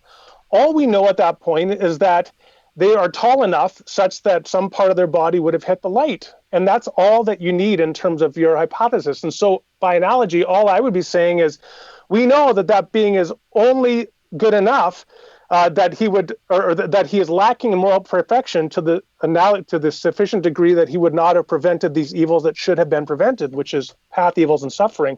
And you don't need to say more than that. I'm not saying more than that. Well, let me ask you this, Randall. So what if if we could shelf for a moment all of the additional evidence that we have from evil and suffering, suppose that we didn't have that evidence, or we could just shelf it and look at it later. Would you then be attracted to Joe's argument from limits, or from arbitrary limits? I mean, I've gone back and forth on. I remember reading Richard Swinburne about the simplicity of the infinite, and so I'm willing to go with that. I've got some intuitive questions about it, but I'd be willing to go with that, and that's why I was saying in my rebuttal, but we have to consider it in light of the evil and suffering that we in fact do find in the world. Joe, you have an opportunity, a very unique opportunity here, to convert atheist Randall to Christian theism. Very unique opportunity. And the way we can do that is to now turn to the second half of Randall's opening statement, which was about the argument, the problem of evil. I think that's actually a really good segue. So why don't we get to that? Now, Randall, both of you guys said a whole lot there. How do you want to begin this conversation? Well, I'll just say that I hope you do succeed in converting me so that I can continue to teach at my seminary. So how about I look at his deception objection to skeptical theism? Okay. That seemed to be probably one of his most forceful points. So there is, a lot of philosophers have actually written on it, like Michael Bergman, Boiler Up, and also Perry Hendricks, Boiler Up. He has a paper called Skeptical Theism Unscathed, Why Skeptical Objections to Skeptical Theism Fail. It's in Pacific Philosophical Quarterly. Have you read that one? And so, are you talking to me? Yeah, I'm talking to you, Joe. Have you read that one? Oh, yeah. That paper? Yeah, I read it in preparation for this debate, yeah. Sorry, I'm just I'm just nerding out because he's a personal friend of mine, and his that paper is super good. Yeah, he's in our Paul Draper reading group, which is really fun. Anyway, but yeah, he goes through and he shows that the skeptical objections to skeptical theism, they pretty much have quite limited scope. I mean, only those who reject some very popular epistemological theories will be threatened to them. And I just want to focus on externalism for one of them. And so externalism is briefly the view that factors external to the knowing subject can and do confer justification on beliefs. So things like I think like planning as proper functionalism might fall under that. Other things like there are reliabilism. Yeah, reliabilism. There are non-theistic versions of externalism too, and so externalism is a perfectly acceptable position in epistemology. But so suppose though that externalism is in fact the correct view of knowledge, and then suppose further that, like, my belief that, for instance, rape is wrong, or that there's a chair in front of me is true and was formed in the right way, meeting the conditions of your favorite externalist theory of knowledge. If that is the case, well, then there is a morally justifying reason for systematic deception. If that is the case, then that there is a morally justifying reason for systematic deception is not consistent with what I know, actually. Contrary to your claim, since I know that there is a chair in front of me, or at least that if there is such a reason, morally justifying reason, it's not consistent with what I know that God has acted on that reason. And so essentially, this wouldn't threat anyone who adopts externalism, and I think that in and of itself suffices to, I guess, avert the argument, because externalism is a perfectly acceptable position in epistemology. There's also another. I won't get into that here, but I just want to flag it for the audience. There's also another response, which is just that actually skeptical theism only targets no-seum inferences, and the case of systematic deception, that's not involving a no-seum inference. Rather, you're trying to say, oh, well, for all we know, God could be deceiving us. The thing is, we're not making any obvious no-seum inferences there, and hence skeptical theism would not tackle that. But we can stick to the externalism response there. So. Yeah, and then Randal, for the audience, because we're using a lot of philosophical terminology, so just explain one more time what externalism is, and if you can remember how he used that to kind of rebut. So I'm just saying, try to explain it one more time for the audience. So externalism, it contrasts with internalism, and externalism is the idea that rational belief and our knowledge is consistent with the justifications or grounds for it being external to us, or such that we don't have epistemic access to it. And so, as I understood, Joe, you're saying, because I haven't read that paper, I'm not as well read as I should be these days because of other issues and family commitments. But so your claim was that I can know that if it's true that the apple is in front of me and I have the experience of seeing the apple, I can know that I'm seeing the apple, even though I don't have a reason to. Can you go over that piece again, and then I'd like to offer my response. No, that's good. That's good. So basically, if we're supposing that externalism is true, right? Well, then that would be, we're supposing that that's a correct account of knowledge. Well, then we can suppose further that it is in fact the case that, for instance, let's just focus on a chair. Okay, there's a chair in front of me. Let's say that. Let's suppose that that's true, and it was formed in the right kind of way, the right kind of externalist way, according to whatever externalist theory you want to adopt. Well, if that is true, okay, if that is in fact the case, then that there is a morally justifying reason for God's deceiving me about being the chair is actually not consistent with what I know, right? Because under this externalist account of knowledge, I do in fact know that there's a chair in front of me, and hence this skeptical scenario that, oh, well, God could have a perfectly good reason for deceiving you, and so how could you know? Like, no, it's not consistent with what I know that God has such a morally justifying reason for systematic deception. And I think this would generalize to other cases of externalist knowledge. Okay. I'm gonna have to think about that one, because I feel like I'm missing something, and it could be that I'm getting rusty here. But I think there might be. Yeah, true. We're getting real deep into the weeds with epistemology. It's certainly if I have seen it and proper function and reliabilism is true, so that's a correct account, and I've in fact seen the chair, that I can know that there's a chair there. I'm somehow not getting how I can be sure that in fact reliabilism or proper functionalism isn't in fact true, but nonetheless God has set up the world in such a way that in this one area of moral beliefs, I just don't form correct beliefs, and God has some morally sufficient reason for allowing that, and so I think that good is evil and evil is good. I'm just kind of missing the rebuttal there. I know it must be obvious. My apologies. So you could just say something quick more about that, and then also if you could just conclude with, are you saying then that if internalism is true, that you think that is a problem for skeptical theism? No, that's a really good question. So I will make it brief so we can turn to something else. But I don't think that even if internalism is true, you'd get that, because there's that second objection that I would fall back on, which is just that skeptical theism only targets no-seum inferences. And in this case, we're not trying to make a no-seum inference as like, oh, well, I don't see a justifying reason that God could have for complete deception. Therefore, there probably is no, I think that this would only target no-seum inferences. We're not using no-seum inferences here.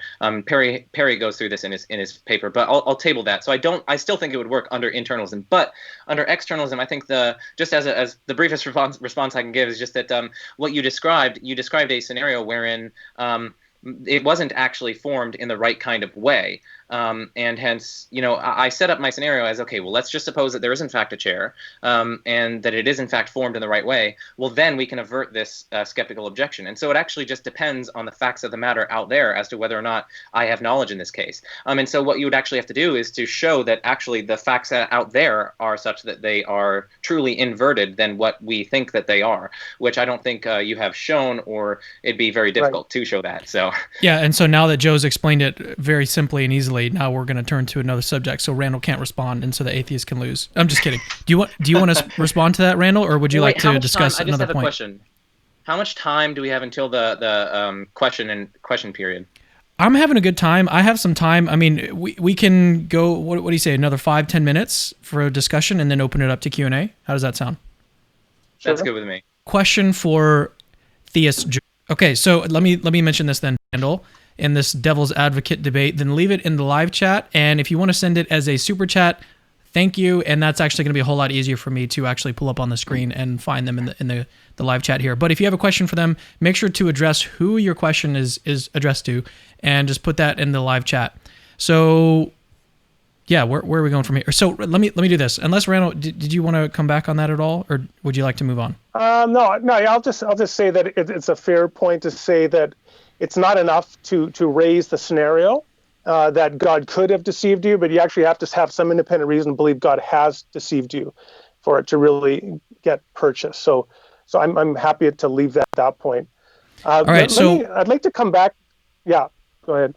I was just going to say, one of the things that really stuck out to me was the point that you made, Randal, when in your rebuttal, I think, when you were saying that instead of an entailment, the afterlife being an entailment of theism, as Joe argued, which is a very Doherty line of argument, Joe, I just have to say. So instead of using that, or what you argued is that it can't be an entailment. It is this kind of auxiliary hypothesis that you're adding to theism, which in turn makes the theistic hypothesis way more complex. So I'd like to return to that particular subject, because I personally find that really cool and fascinating. So yeah, why don't you respond to that, Joe? Okay, yeah, no, I do think that's really interesting. It's funny, I literally have Doherty written in my notes for that section, but so shout out to Doughboy. Anyway, okay, so the criticism. Oh yeah, so I don't think that it's an auxiliary hypothesis, because suppose that I grant that like these things really would be soul destroying if there is no afterlife, and God being perfect couldn't let such souls get utterly destroyed, right? Well, then it follows from perfection.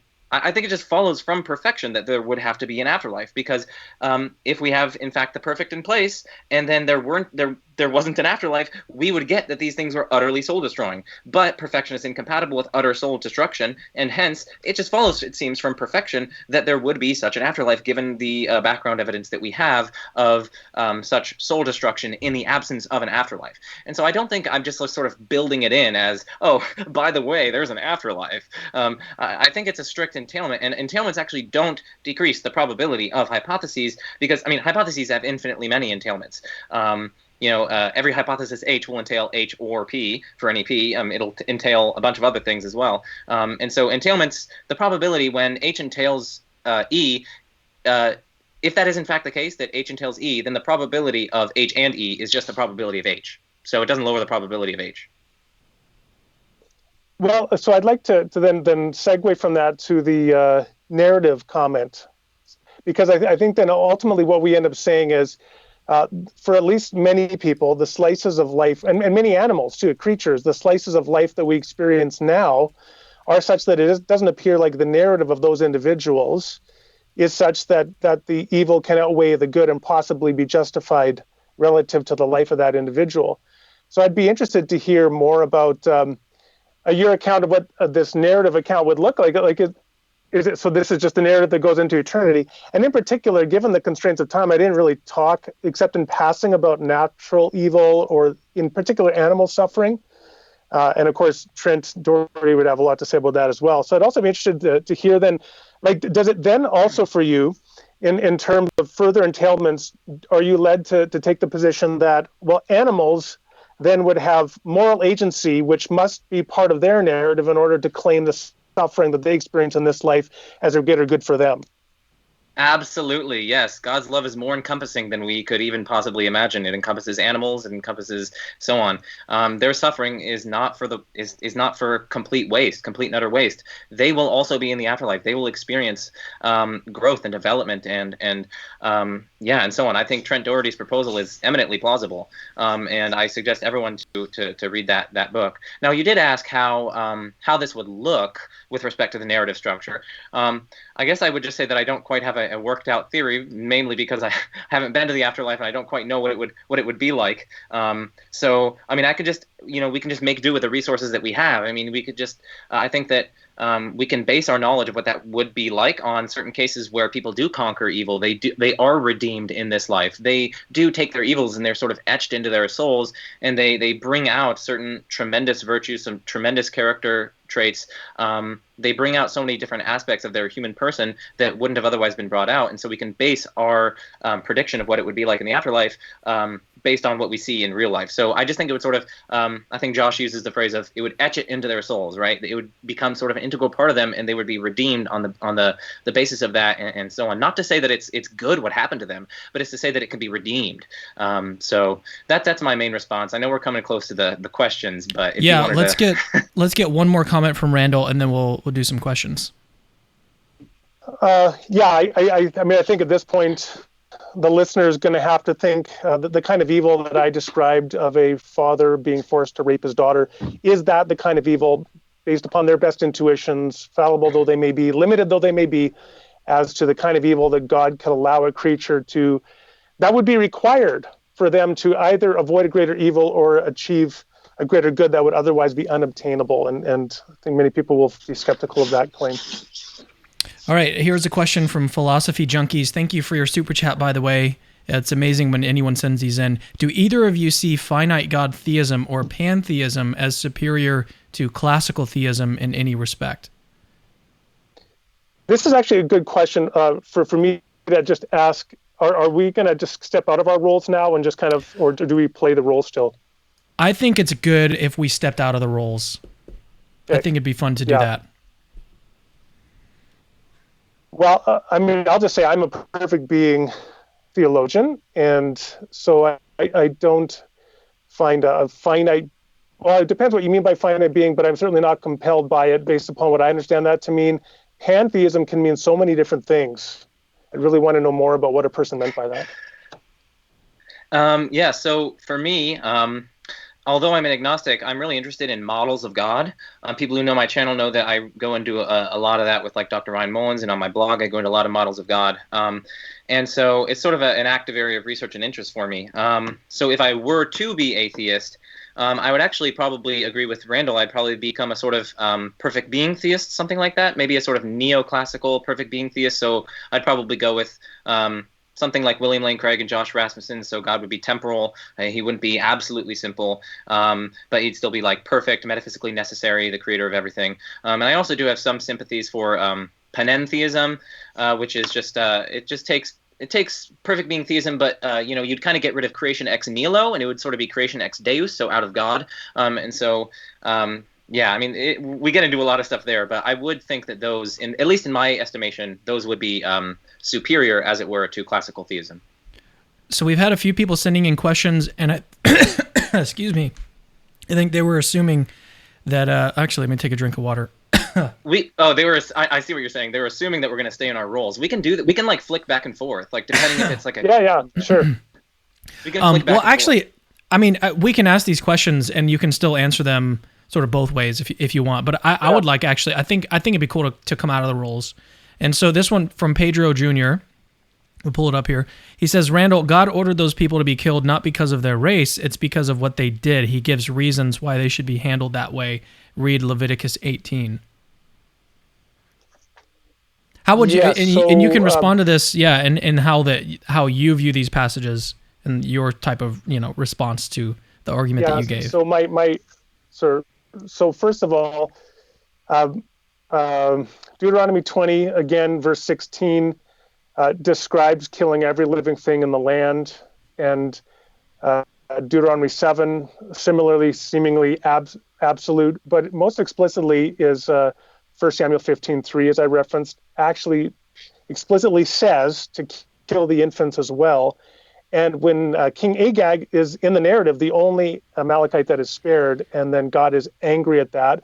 And so at the end of 1 Samuel 15, Samuel kills Agag, and in the King James it says he hewed him apart, as if it's sacrificial language, that he's cutting him into pieces as a sacrifice. So the implication of that narrative being that, in fact, all of these agents were eradicated. So yes, it is true that there is an explanation, a justification for the genocide that is given in the text. But of course, historically, genocides always have justifications, right? The question is, well, what moral actions could an infant commit that would warrant that infant's destruction? Now, in terms of how I respond to those as a Christian, I mean, the quick response would be I'm closest to Greg Boyd's view. He's written several books on this. The Crucifixion of the Warrior God is his largest treatment of it. I reviewed one of his books earlier this year. The name of it escapes me now. Inspired Imperfection is the name of it. It's a good, short 200-page book discussing these issues and another way to think about them. What do you think about those types of arguments, Joe? Well, in reality. In reality, if they were to be taken literalistically, I do think they would provide substantial reason maybe to consider adopting a different religion. I don't know. It's very difficult in my mind to square these sort of really unjust things with respect to animals and infants and so on. But I find I don't know what to interpret those passages as. I lean towards thinking that, if in fact the Bible is inspired and so on, these things just wouldn't be literalistically there, and hence there would have to be some other sort of interpretation. So that's what I think. Can I follow up quickly with Joe?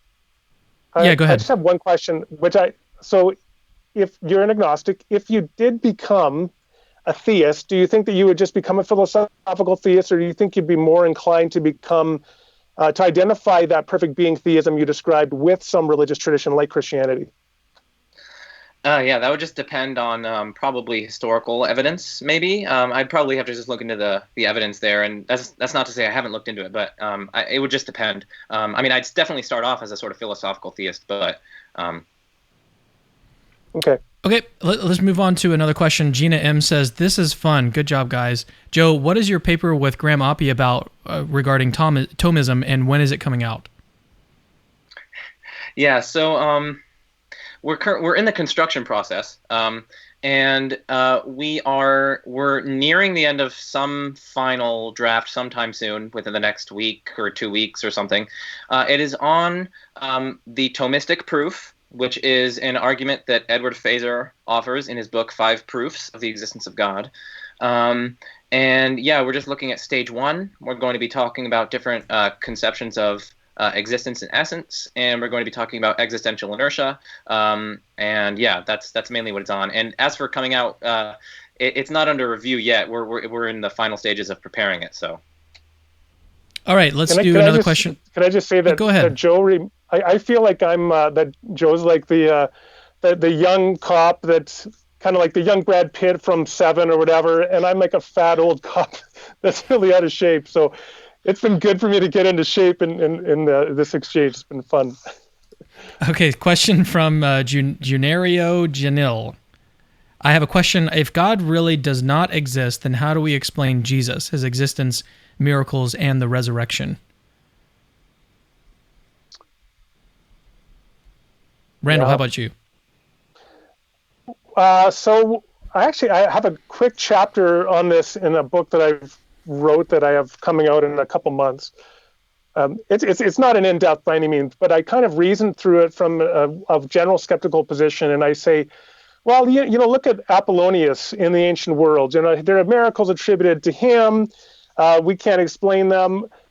And then the Christian says, yeah, but there are better evidence for the Christian miracles. And then the skeptic says, yeah, but if you had apologists for 2,000 years looking for historical evidence and philosophical evidence and arguments for Apollonius, then you'd have a much stronger case. And so, maybe that's just the fact that it's a historical contingency that you have Christians that have been devoting all this time to developing their historical arguments for Christian theism that makes it look plausible. But ultimately, something else is going to be more plausible, like people were mistaken. There was maybe some degree of legendary accretion, some degree of misunderstanding. Maybe some deception along the way. And you mix all of that in, you can get a kind of Humean skepticism about the claims. Personally, myself, I think that I often focus on 1 Corinthians 15, and I think that you can put the core charismatic confession about Jesus into the 30s, and there you have death, resurrection being seen by the apostles, including James, the skeptical brother of Jesus, of course, including Paul himself, and you do have to explain that. And I do think you can argue plausibly on historical grounds that it is the most plausible explanation, but I understand how people can be reasonably skeptical of it. Any thoughts, Joe? I don't have too much to add. I think that at least personally, I try to get the philosophy out of the way. It's really how Ed Feser and William Lane Craig, I think, go about it. It's like natural theology comes first. You kind of want to have a good footing and get God's existence before you can start delving into then God's existence would be the best explanation for various miracle claims and so on, and the resurrection. So I'm still trying to pin down that first step of natural theology, whether or not God exists. So I'm trying to look at arguments for that and different models of God and so on. So. All right, let's move on to another question. We'll do one more question, and then we'll do some thoughts about the debate and just sort of your overall thinking how it went, and then also maybe how you respond to some of the arguments that you gave. That might be fun to talk about for a little bit. So this question is from Joseph Shipley. He asked, for either debater, did your preparation for this debate challenge any perceptions you had of the arguments for the position you presented? Thanks, by the way, Christianity is true. How about you, Randal? So my own position, did I get shaken? Is that the question? Did did this debate challenge any perceptions you had of the arguments for the position you presented? No, not really. Frankly, I stuck to a fairly conventional line of argument. I do think that on the two and this parts also isn't this isn't your first one, right? You've done this before. Yeah, I think I've always used problem of evil along this line, but I always do a different one. I've done a few of these now, and I frame it a little differently. I do think that the concrete cases is where it really gets difficult for theists, and to think about the very worst kind of evils you can think about. So I think I have a sort of existential heartache when I think about those and really do a deep dive on them. I do ultimately come very much along the lines of the position Joe argued in terms of skeptical theism, et cetera, in thinking about them, but I still feel the existential bite of those problems. What about you, Joe? Yeah, so I think that I gained a greater appreciation for skeptical theism. There's so much literature on skeptical theism, and just a lot of philosophers have offered a lot of criticisms of it. And so I guess looking into the radical skepticism objection and the deception objection, because I figured that those two might be ones that Randal would level, I was sort of looking into papers on that. And I think I gained some more respect for skeptical theism as with ways to avert those kinds of arguments. So that's the main thing that I came away with. Cool. Let's do this. So let's talk about how you would respond to some of the points that you made. So I want to start with let's start with Randal. So how would you respond to your type of opening statement? So first of all, let's break it into the two parts that you did. So the first part was about arguing against Christian theism or Christianity, identifying the being that Joe got to with Yahweh, and then the second part was just an argument against theism proper. How do you respond to that? Yeah, that's a really good exercise to kind of now approach it in that direction. So in terms of the first part, I mean, one of the difficulties with this is that these are not the kind of conversations, like these are the easy conversations where you can easily drop some quick hits. But in terms of offering a fulsome, meaningful response that's going to be persuasive to people, it takes time because you have to talk about theology and how you do doctrine and how you read ancient texts. The one thing I would want to emphasize at the outset is that Christians should not sacrifice some fundamental moral convictions they have because of they only think that they have the availability of one particular reading of the text. I think often what Christians or people are told is that, well, you have to view this idea that God, for example, that he eradicated the Canaanites and drove them out of the land and think that that historically happened in order to be a Christian. And the reality is that Christians back to the 2nd, 3rd, 4th centuries have felt the moral problematic dimensions of these texts and have offered various different reasonable responses to them. Gregory of Nyssa, writing in the 4th century, for example. Now, Gregory of Nyssa was one of the founders of Nicene Orthodoxy in the late 4th century. He's as orthodox as you can get, really. And literally, he was Eastern Orthodox, too.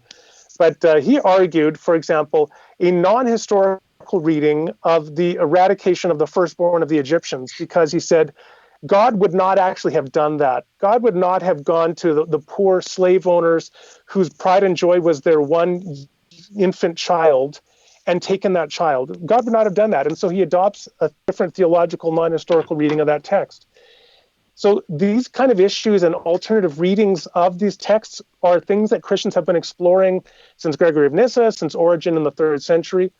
I think that what we should keep in mind then is that the heart of Christianity is creation, fall, incarnation, atonement, resurrection, God's kingdom, right? And that some of these other issues as to how you interpret these texts that I was raising are peripheral to the central Christian claims.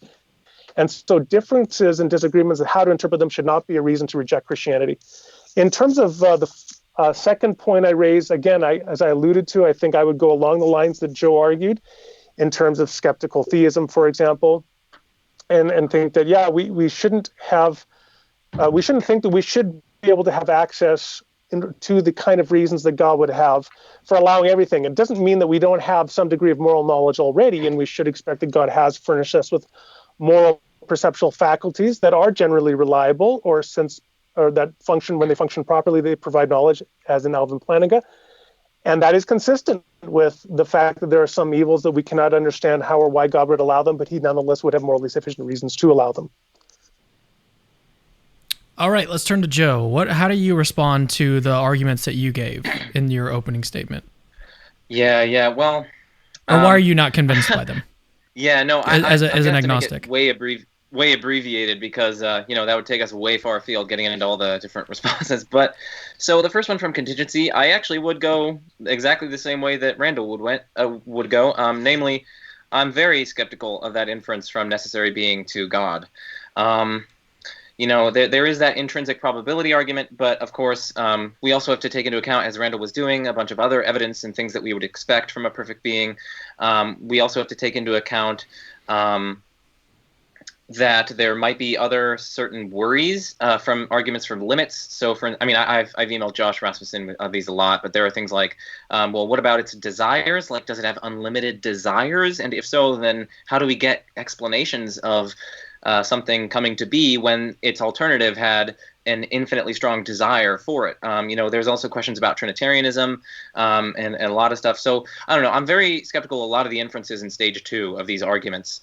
So that's how I would probably tackle the contingency causal finitism one. Oh, also on the causal finitism one, I'm still not entirely convinced that that first premise, if causal finitism is not true, then the paper passer scenario is possible.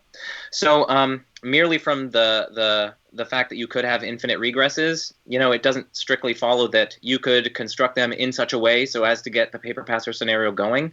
And there are different ways we could motivate that. You could actually bring in sort of Aristotelian accounts of modality to argue against that sort of construction. But that's another way that I would go about arguing that. As for my last two, with respect to, what was it? Propositions. I think that there are some some worries for theistic conceptualism. So there are some certain bootstrapping worries, like surely there would already have to be propositions describing God and God's ability even to have thoughts in the first place. And so it's difficult to see how we could identify propositions with God's thoughts if there would sort of propositions would sort of already have to be true ontologically prior to that identification. So there are lots of bootstrapping worries for theistic conceptualism, and other things as well. And then the final one was freedom. So I actually would probably say that this constitutes some evidence for theism, but I would also say, as Paul Draper does, that we also have to take into account, we can't commit the fallacy of understated evidence, which we have to bring to bear other things about free agents in our full analysis of the evidence. And there are other facts about free agents that would plausibly count against theism, things like arguments from psychopathy and various other things, but I'll leave it at that. Yeah, sounds good. Well, thank you guys for coming on and doing this debate. I mean, Joe, you were the one that kind of like put all this together. So I think Randal and I are both in your we're just thankful that you wanted to do this. Why did you want to do this? No, so I was watching. I stumbled across Randal's YouTube channel. I didn't know he had one, and I stumbled across him. Like, yes, I've loved Randal for a while because him and Justin Schieber at Real Atheology. I've loved Real Atheology for a really long time as well. So I stumbled across his YouTube channel a few weeks back, and I saw him talk about Devil's Advocate debates, and I'm like, yes, this is exactly what I love. Like, I work on intellectual virtues and stuff like that. Oh, I love this. So I emailed him, and I'm like, hey, let's do it on my channel. And then I just, the idea popped into my mind. I was like, hold on a second. What if we reached a larger audience and we went to Cameron's channel? So I just DM'd you, Cameron, and yeah. Oh, cool. Well, do you guys have any closing thoughts? Let's do this. So I already mentioned that you can get Joe's channel because Joe has a YouTube channel. I didn't link actually Randal's YouTube channel in the description yet. I can do that after it's over. But let's talk about ways that people can find out more about you and your work and what you do. Randal, start with you. You have your blog, you have your website. What other ways can people get in touch with your work? I'm on Twitter. My name, Randal Rauser, at Randal Rauser, I guess. Yeah, you do a lot of stuff on Twitter. You can, probably too much. And then books-wise, again, I think I have 12 books. So 3 of them, I wrote one with Justin Schieber, the Real Atheology Fellow, and then a couple other ones with other people in philosophy of religion and apologetics and other topics as well. So people can find that stuff online. And how about you, Joe? Is it just the YouTube channel right now? No, so I mean, you can go to my YouTube channel, Majesty of Reason. So I do a lot of stuff there, but I also have a blog. It's like majestyofreason.wordpress.com. I occasionally post on there, and then also I've got a book. Where is it? Oh, it's right there. It's called The Majesty of Reason: A Short Guide to Critical Thinking and Philosophy.